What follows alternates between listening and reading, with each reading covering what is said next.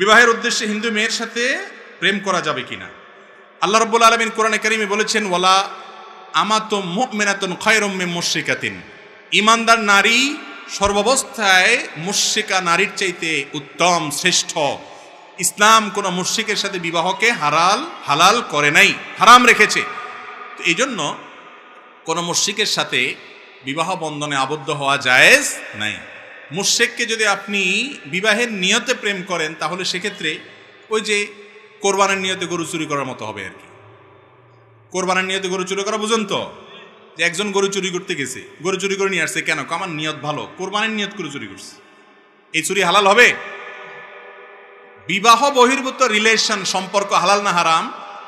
নবী করিম সাল্লাল্লাহু আলাইহি ওয়াসাল্লাম বলেছেন, বুখারীতে এবং আবু দাউদে হাদিস বর্ণিত হয়েছে, 4টি কাজ হারাম, অথচ মানুষ সেগুলোকে কিয়ামতের আগে এক সময়, এমন একটা সময় আসবে মানুষ হালাল মনে করবে। তার ভিতরে একটা হলো এই জিনা, আল হের, জেনা, ব্যভিচার, বিবাহ বহির্ভূত সম্পর্ক। এটাকে দোষী কিছু মনে করবে না। যুবকরা এখন এটার নাম বিএফ জিএফ দিয়ে এটাকে নর্মাল করে ফেলছে, অথচ এটা আল্লাহর জমিনে সবচেয়ে বড় ডেঞ্জারাস অপরাধগুলোর মধ্যে থেকে একটা অপরাধ, হারাম, জেনা। এর কারণে আল্লাহর আযাব এবং গজব নাজিল হয়, সাংসারিক জীবনে শান্তি হয় না। আমি একটা কথা সবসময় বলি ভাই, আবেগ ভালোবাসা এটা হলো সফট ড্রিঙ্কসের মতো, 7 আপ, পেপসি, আরসি, এগুলো দেখছেন না? এগুলোর যে ঝাঁজ, এই ঝাঁজটা খোলার পরে কি অনেক সময় থাকে? খুলে ফেললে একটু পরে আস্তে এটা নর্মাল পানির মতো আস্তে আস্তে হয়ে যায়, তাই না? আবেগ ভালোবাসা এরকম। যুবক ভাইয়েরা, এই ভালোবাসাটাকে ধরে রাখেন, এটাকে ধরে রাখেন। বৈধ ভালোবাসা যখন বাসার সুযোগ আসবে, আল্লাহ যখন স্ত্রী দিবেন, তখন এই ভালোবাসাটাকে নিবেদন করবেন, এনজয় করবেন, লাইফটা হাসি খুশিতে কাটাবেন, হ্যাপি থাকতে পারবেন। আর অসময় ইটিস পিটিস করে ঝাঁজ নষ্ট করবেন, আবেগ নষ্ট করবেন, সময় মতো বিয়ে করবেন, তখন দেখবেন পুঁজি শেষ। কথা কি বুঝাতে পারছি?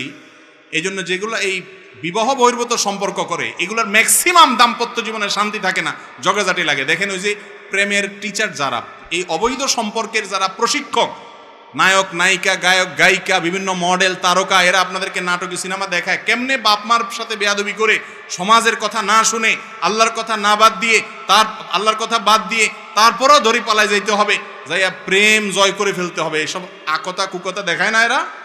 এগুলোর এক একটা দেখবেন বিয়ে 6 মাস টিকে, 4 মাস টিকে, আধা বছর টিকে, 1 বছর টিকে, আইজো ধায় কাইলো ধায়, এক একটা 4 বিয়া, 5 বিয়া, 7 বিয়া হয়। শান্তি এদের জীবনে হয় না, কারণ শান্তি আল্লাহ তাআলা এখানে রাখেন নাই। যারা আপনাকে প্রেমের ট্রেনিং দিচ্ছে, ও নিজেই প্রেম করে শান্তি পায় না, আপনি কোত্থেকে পাবেন? এই জন্য বিবাহ বহির্ভূত সম্পর্ক করা যাবে, হিন্দু হোক আর মুসলমান হোক, কারোর সাথে করা যাবে। কোনো হিন্দু মেয়েকে আপনি দাওয়াত দিয়ে ইসলামে আনতে পেরেছেন, তিনি স্বেচ্ছায় ইসলাম গ্রহণ করেছেন, তারপর আপনি তাকে বিবাহের প্রস্তাব দিয়ে বিবাহ করবেন। বিবাহ বহির্ভূত কোনো ইটিস পিটিস করবেন না। আল্লাহ তাআলা আমাদেরকে হারাম থেকে বেঁচে থাকার তৌফিক দান করুন। এটার জন্য কলিজা লাগে যুবক, কলিজা। এটা সবাই পারে না। সমাজের সব নষ্টামির দিকে চলে যাচ্ছে। আমি একা স্রোতের বিপরীতে চলবো, এর নাম মুসলমান। জান্নাতে বেশি মানুষ যাবে না জাহান্নামে বেশি মানুষ যাবে? জান্নাতে বেশি লোক যাবে না জাহান্নামে বেশি লোক যাবে? জান্নাতে যাওয়া লোকের সংখ্যা কম। সব যুবক জিএফ নিয়ে ঘুরে, আপনার কোনো জিএফ থাকবে না, অপেক্ষায় থাকবেন হালাল স্ত্রীর জন্য। সবর করবেন, ধৈর্য ধারণ করবেন, নজরকে হেফাজত করবেন, সবাই একদিকে, আপনি আরেক দিকে। ইনশাআল্লাহ আরশে আজিমের নিচে কিয়ামতের দিন ছায়া পাবেন।